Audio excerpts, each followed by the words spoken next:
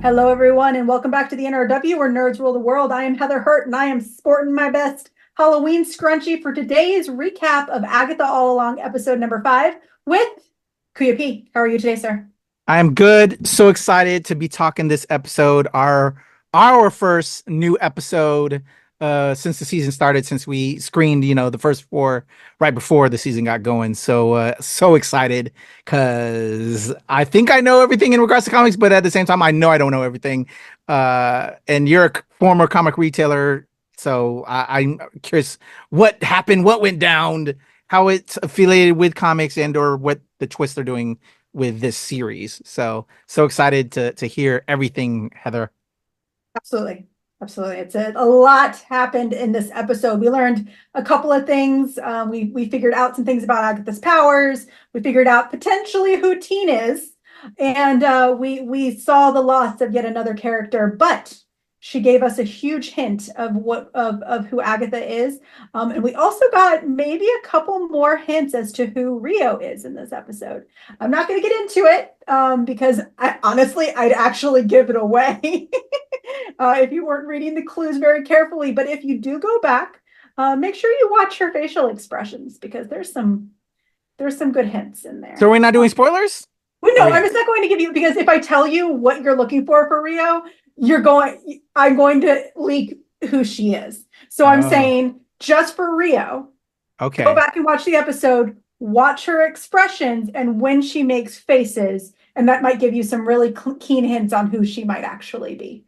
Um, but everything else, we're going to spoil everything else. So Okay. practice That here. this episode gave us. Yeah. Yeah, we are going to talk about some huge spoilers here, primarily related to I always do this with green screen. Well, sorry, this young gentleman right here. So heads up, there's going to be some spoilers ahead. All right, let's start out with what happened in this episode. So we see them. Well, actually, no, we start back in the ancient old times, and we get a recap of what happened to Agatha when she was convicted of villainy amongst the Salem witches.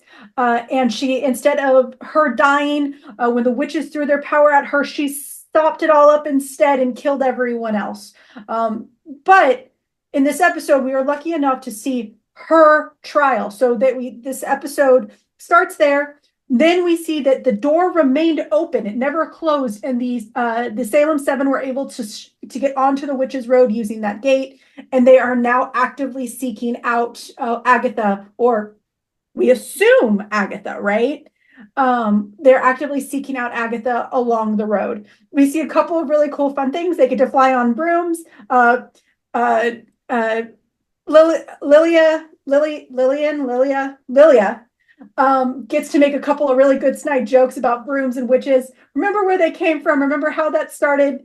There is some fact about women riding brooms in a sexual way, but there's also some really, really, really sexist underlying statements about them. So really great broom riding scenes. And we also got to see how much in control the witches' road is of their lives. They were only up in the air for a couple minutes before they are sucked back down and introduced into the new trial, which is once again Agatha's. And once again, sporting the great 90s scrunchie because it is a 90s haunted spooky sleepover party for everyone involved. And keynote for yeah, I always do this once again. Where am I going? Where am I going? This one. Check out his colors, y'all. Yep. There we go. Check out his color. That's our first big hint of the day was what Teen was wearing the moment he walked in the door. And I'm going to tell you this, the moment he walked in, I said very loudly to my husband, they're just giving it away. They ain't even hiding it anymore who he is. Um, the trial was is that they had to pull out a Ouija board and they had to speak to the spirit in the room, like all 90s, how like all 90s sleepovers took, did. I definitely did it. And Ouija is fine. Just make sure one person is grounded and you all will stay on this plane. It's absolutely fine. Um, with that being said, they conjure up a spirit or two, and Agatha is taken over by her mother. But that's not the answer to the question at hand. So we're going to stop here. We're going to talk about the spooky scene. Before we get any further, Kuya P, what were your thoughts of the decor, of the costumes, and of course of the conjuring? I didn't notice. Again, when a lot of times I'm trying to just go blank and go dumb sometimes because of how busy we are with everything. So didn't notice the colors, but now it's like it makes sense to certain illusions that I've been thinking about with certain other characters that these characters could be. But no, I thought it was cool. I thought it was 80s, not 90s though. Is it And 80s? yeah. I got some 90s. No, I guess I guess yes, it was 80s. I'm sorry, I keep saying 90s, but look, there millennials and Gen X, we had a lot of overlap. There's a lot of like a lot of run over here and there. The outfits were changed, but the hairstyle stayed the same. Just gonna say it. True. Anyway. But never done a Ouija board. My wife, whenever I've attempted to like get one, is like, never, sir. You will never bring that into our house. But I've always been intrigued to do one. Never had my hand on a Ouija board, but I'm Really? curious about that. Yeah. My tarot deck is the first book of dark magic, and my husband's like, you're not allowed to open it. And I'm like, I'm grounded. My soul is grounded, I swear. And he's like, no. He's the same way. I'm like, Albert, he's like, no. No, I've Is seen it enough super movies. religious reasons or No, he's just seen enough movies. He's like, I'm not gonna do it. yeah, I don't know if my wife is religious, but not super religious. But I don't know. Yeah, I'm I'm free thinker and just and I'm down, but just never had the opportunity. It's my book of Thoth magic or tarot cards has never been opened. He's refusing to let me open it. So I get it. I understand it. Yeah, respect. But we get a little bit of Agatha's backstory. We learn something very important after her mother takes over her body, and they do some really fun poltergeisty kind of things. I was like, Yeah. words, Spielberg, poltergeist. There we go. Poltergeisty kind of things. She goes missing in the shadows, and then we see her mother, who was killed by Agatha, come out. And she admits something very difficult, something a lot of kids have heard something similar of and I'm not saying exactly this, but a lot of kids have had very, very difficult relationships with their parents, and they hear something along the lines of, I should have killed you when you were born. You were born Ooh, bad. Something yeah. bad happened. And you saw everyone's faces change. That's one of those really important things in Marvel. Anyone can be the villain, but anyone can be a good guy. The assumption that she was bad was put onto her due to what types of powers she had. And now we're going to get into the first super biggest spoiler, is how we learn that Agatha's powers might not actually be hers to control. When her mother is trying to take her away for reasons, I'm not going to go into every single detail, of course, for reasons, Agatha's mother says that she has to stay. The only way for them to get out of this room alive is for them to leave Agatha there so that she can torture her and kill her, and all the other witches can go free. So while she's being pulled away, Alice tries to save her and attacks Agatha, mostly on accident. She really does it to try and pull her back, and she was trying to attack her mother. But because of this, Agatha is able to take some of her power through Alice. And what does that mean? That means that she is going to suck away every single bit of power that Alice has. So Alice, as far as we know, is dead by the end of this episode. So, Kuya P, I'm going to throw it out, of course, to the person of color in the room here. The age-old joke, I mean, she's not the first to die. But there is that age-old joke in horror that, the people of color are often some of the first to die. And that has been looked at very carefully over these past couple of decades. Like, why is that the case? Where is that racism come forth? Especially since horror is usually an othering kind of film or kind of genre where they point out the problems with racism through these elements. But it doesn't make it any easier. Yeah. So I'm going to turn this over to you. What were your thoughts both about Alice just as a human dying and about kind of how she was the first of the witches to die? Well, kind of just exactly what you said. It just felt, because I've grown up with this. It was, to me, it was either going to be her or Sasheer Zamata. I didn't think Sasheer yet because little bit more high profile actor, career wise, and seems to have a little bit more bigger role to play and everything. And also the fact that that last episode kind of like gave everything for Alice's part of the story. It was, the emphasis was on her. She kind of had her big win, if you will. So to me, script wise, storyline wise, the most expendable. However, like you said, as a fan of this material, just the optics was like, oh, yeah, just kind of sucks, and all that. But to the point of the storyline wise and everything, like you said, yeah, I would just ugh. And I love all the characters. I love the ensemble. Like we were saying earlier in the earlier episodes, like I would love to live them all to be kumbaya, live all together, and they can go on witch missions together. But it's not gonna happen as part of the story. And but no, sad to see her go. Understand for the story, but also, um, kind of makes sense in a way. Like I said, the last episode kind of got her point for it, but it doesn't make it less easier. And but like what you said, I do love the fact that the industry and certain creatives, especially now that there's more us of color in that writer's room that can speak for us, that we are going more so with some changes down the line. But thank you for pointing that out. Absolutely. Yeah. If only an ally will stand up, right? Definitely. Appreciate you.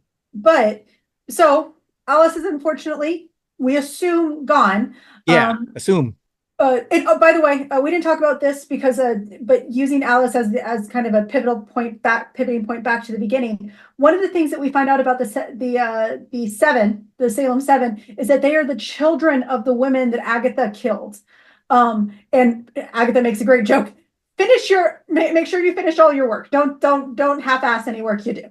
But it also that same statement kind of comes back to this point in the episode where she hears her mom say that she's the evil one. She's the bad one, even though she didn't think she was. And I think that's something that we need to pause and talk about. She killed women from the looks of it, on accident. But then shortly after this, we see her playing with the powers that Alice gave her. They vanish because the Witch's Road doesn't want to give her the powers yet, of course. But it doesn't look like she can control it. But at the same time, she also looks like she enjoys it. So what are your takeaways? Is Agatha a villain from this episode? What did you think? It definitely made me feel that way now. Like, whoa. She is evil incarnate, and why the mom said she should die and all that. But with everything you were also saying earlier, and just again, I'm slightly confused. The skepticals are on, to take your phrase. Is she maybe possessed by Mephisto, or what are the other hands in the pot? Is she corrupted? Is there good there? Teen believes in her. And then this was the final straw for Teen after he killed Alice. He didn't see anything redeeming with her now. So I'm very intrigued where this is going, because, you kind of want to support this lead person and Agatha. You see some qualities in there, but there's also evil we see there. So where are we now? That's where the confusion now is with me. And that can be kind of difficult. Once again, it's what's really cool about watching the powers of these characters is that we see that this is all they have. They are these types of people. And that's, to your point, one of the big things about Alice is that her story is technically complete. She survived her own curse. She took over it. It's a really hard loss, but she technically completed her story. Whereas, let's put it as Lilia. Lilia is needed. She has foretold everything that's happened so far. And she needs to continue to tell that story. We have one witch that is she's still blocked out. We haven't seen where her powers go, even though her trial has already occurred. And Agatha, can she really control her powers? I don't know if I should feed into any more of the Mephisto conspiracy theories here, but but the big question with her through the end of this episode is she truly evil, or is her power what controls her? And she doesn't have a choice but to steal everything from a person. And that's what actually brought it to me. It's power is what you give of it. And if you give your whole to it, is that you, or are you it? Mm. So with that being said, don't want to get too lost in this, want to keep going. One more big thing before we get to the big thing. The way to get out of this is they needed to figure out the true way wasn't to give Agatha away. It was to figure out who the Ouija board was talking about. And it was Nick Scratch. It was, of course, we go back to Agatha's son, who we think is a child because we hear his voice. We hear mommy in the background. So with that, I want to know, Kuya P, do you think he is alive or dead? I don't know, because I thought Teen was Nicholas Scratch, right? Wasn't that what we were led to believe initially? No. So I'm so confused. I thought so. Nicholas Scratch is the son. Nicholas Scratch is her son. So what you're saying is you couldn't tell if he was or was not her son. Okay, I'm sorry. There were hints, but in episode 3, Rio did say very, very clearly that he is not her son. Yes. So I guess yes, initial statements. So is Nick, so if Teen is not Nick Scratch, is Nick alive or dead, do you think? I think he might be alive in corrupting the mother because of giving her up for the powers or the book of right? Isn't that what she gave him up for? Yep. The Darkhold, yes. And then also I just realized we still don't know who that body is that's on the ground that's in the first episode that it starts with. Remember the body on the ground? That's Wanda. They confirmed it was her mind making a Wanda. Oh. Okay, like all right. I got so many questions, Heather. I'm not sure. Like I'm trying to build it all in my head and I haven't built it all out yet. It's all right. So but okay, yeah. So I think he's alive and is corrupting the mom, maybe made a deal with Mephisto or whatever, or the mom that wants her dead. There's something going on. Family is always goes back to family. Okay, that's fair. It's a fair statement. It's a fair guess. It's a fair. Could he still be alive? Also, don't go on IMDb because I'm pretty sure I just figured something out. Damn it. So for comic nerds out there, please try and hold back any spoilers. Please try to hold back any conspiracies about Nick Scratch. But from the perspective of the Ouija board, it does sound like Nick might be dead. Or, as we keep saying throughout the series, it could be a giant red herring and we have no fucking idea. So, all right, time to get to the last big part, the part that Kuya P has been asking me about literally since him and I connected today. Teen. Let's talk about Teen. Let's talk about Billy. Let's talk about not you and me. That'd be kind of weird. Let's talk about Teen. All right, Kuya P. So Who he's Wiccan. is Teen? He is Wiccan, yes. Once again. So what's the storyline in the comics that it's the son? We're building out the Young Avengers. What's going on? Okay. So as we know, even though Kevin Feige decided to tell us over and over again, we're not doing the Young Avengers. We can't do that. Bullshit. Anyway, we now have, so we did see Billy and Tommy, of course, in WandaVision. They were brought in. And of course, Madness, Doctor Strange, what am I thinking of? Universe of Madness? God damn it, what's the name of the movie? Oh my God. I'll find out real quick. Yeah. Why am I blanking is the answer. Why the fuck am I blanking? Too many Marvel movies.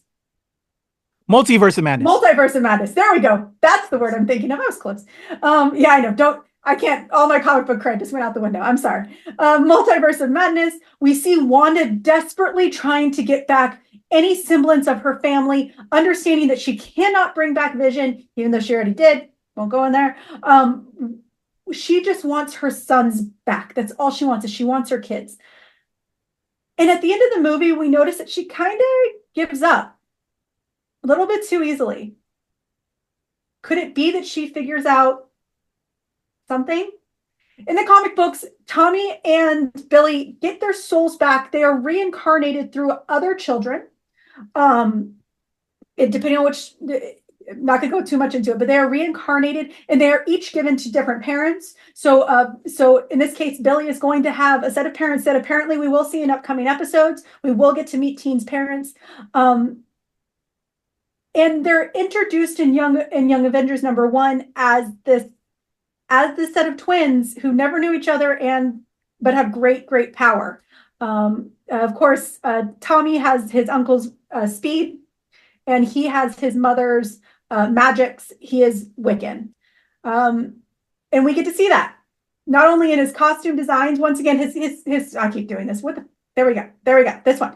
His sweater is changing color. It's been slowly changing color from a blue to a red. We get to see this damn outfit, which just gave it all the fuck away. And then we get to see him use his power at the end of this episode. And he is using it specifically after Wanda calls him out for that he is his mother's son. And the crown. And the crown. On his head. Yep, very Wanda-like. So where's the other brother? Tommy? He's with his parents, we assume, or technically Tommy came first within the universe. From a comics perspective, he was kind of found out first, so he could already be part of the Young Avengers, and we just don't know it yet. But this is the start of their story. So this one of their story, even though you see Tommy's head kind of cut off there, this is the start of their story on their own, sans Wanda. It also means that Wanda is still very much alive. Yeah. Like, so who do we think is running can we talk predictions, or do you already kind of know because you know something else? Was this what Funko revealed or no? This is one of the characters that Funko revealed. To share everyone, my opinion was always he was either going to be Mephisto or he was going to be Wiccan. I assumed Wiccan, but the reason why I was thinking Mephisto is so if y'all go to that very first episode, when you see the charm on his face, it could either be an M or a W. The reason, though, that I assumed that it was Wiccan was because if Wanda put her children's souls somewhere, she would do it so that she could watch it, but that no one else would know she did it. So she would specifically not want other witches to figure it out and expose who he is.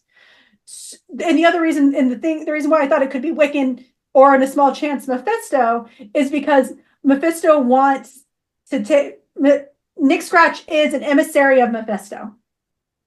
Mephisto could watch over and get Agatha her powers back so that Nick Scratch has a chance of getting to her. He was technically the cue to all of this. In short, though, Funko did leak 2 characters. One of them is the actual character of Rio, which is why I said do not go look this information up because she's going to be one of the biggest gets. And also, they confirmed that this was Wiccan. And it also gives what both of their costumes will look like at the end. And that's honestly, I think that's some of the best part is seeing them in their actual costumes. Yeah, and that's just not fun. Yeah. Okay. So I'm spoiled free from that at the moment. Okay. And in reality, all it did was confirm stuff for me. But once again, comics are what they are. Anyway, so what about the enchantment with them not talking to each other? Remember that on that episode? Like she can't talk or won't hear when he's talking certain things. So in theory, that everyone knows who he is and he knows who he is, because remember, he didn't even know who he was. That should be gone. In theory, that should be gone. But from this past episode. We won't be able to see that until episode 6, where we see what he did to the witches, because we saw him send them flying. Wiccan is incredibly strong in comics. He is almost as strong as his mother, who, by the way, sorry, dude bros, Wanda is the most powerful character in the Marvel universe, and Wiccan has a gosh darn lot of her powers, I'm sorry. So we see him send people flying. But here's the big one. Where was Rio? That's right. Mm-hmm. So, okay, but you said you wanted do you wanted to talk anything else? Any other questions? I don't know. Well, the Wiccan thing, that was the biggest thing. I guess I'll just go as the episode goes. Yeah. Do you have any other theories that you want to talk through before we finish up here? I think Mephisto's. I'm just curious. Is Wanda really the ultimate enemy behind all this? Is Mephisto possessing, or the son now possessing Agatha, and she really is a good person, or is Agatha just a straight evil person? Um, kind of thing. Rio might be Mephisto, maybe. I don't know. Like all of that. Something's not right with them all there with both Agatha and Wells Rio and their special relationship. So, there's could be like some shenanigans there. And I'm curious now with Wanda in the mix, with Wiccan now being involved, like what is going on? I don't know. And what are the other bigger things with Lily and Sasheer Zamata's characters? Like how are they going to play, or are they going to be the next to bite the bullet for the essence of the story to, and they're going to pass away. So I don't know. I'm intrigued, but I'm ready Okay. for the ride. Yeah. All right. All right. Well, then we will keep going. Episode 6 premieres as of the recording of this episode in 2 days. Remember, episodes premiere on Disney Plus exclusively on Wednesdays at 10 p.m., 9 p.m. at the PMs, late on the Eastern, and 6 o'clock. So 9 p.m., 6 o'clock in California, 9 p.m. all the way over here. We have to wait real late. Make sure you check it out. Like, subscribe. Tell us your theories. Who do you think are we finally going to see Mephisto? Is Nick Scratch alive? Who is Rio? And do you have any questions about Billy? Comment below, like, subscribe, share. This was a long Will episode. we see Billy? Will we see Billy? Yeah. Yep. If you have any questions, sorry, this was a long episode. There was a lot that happened in episode 5 that was really, really cool to talk about. We will have more of these next week, or more of these. We'll have another one next week. We will see y'all soon. Thanks, guys. I cannot.